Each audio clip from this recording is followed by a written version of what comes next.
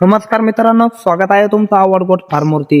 तर मित्रांनो, काही मित्र असे प्रश्न विचारतात की दादा, हे जे शेळी पालन आहे म्हणजे पिल्लं आहेत, तर ते माल विक्री होतोय का? तर मित्रांनो बघा, तुम्ही कोणत्याही व्हरायटीमध्ये उतरा, म्हणजे कसं की बिट्टल असल, गावरान असल, उस्मानाबादी असल, बोर असल, शिरोई असल, तर मित्रांनो बघा की प्रत्येक जातीला मार्केट आहे.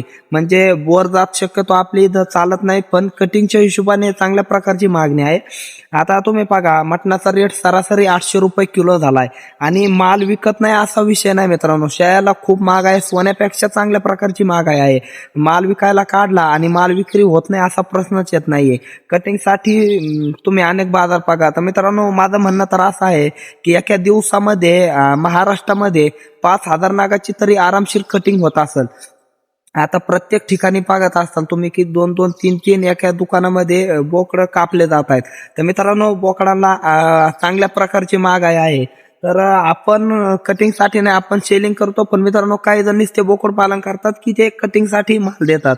तर मित्रांनो, शेळी पालन हे चांगला व्यवसाय आहे. तुम्ही बोकड पालन देखील करू शकता आणि त्याचप्रमाणे की कसाही माल असला, काहीचे वांगा करडं खराब असतात किंवा काहीचे चांगले असतात, तर मित्रांनो कशाही प्रकारचा माल असला तरी तो माल विक्री होतो. भाव थोडा खालीवर होतो, पण तुम्ही अशी मनात कधी शंका घेऊ नका की माल विक्री वगैरे होतोय की नाही. तर मित्रांनो, शेळ्या जर असतील तर चांगल्या प्रकारचा माल विक्री होतोय. त्याच्यामुळे शेळी पालन व्यवसाय करायला तुम्हाला काहीच अडचण नाही. पण तुम्ही बोकड पालन करू शकता किंवा शेळी पालन करू शकता, पण माल विक्री होतो. हा खूप चांगल्या प्रकारचा व्यवसाय आहे, म्हणून तुम्ही बिनधास्त करू शकता. धन्यवाद.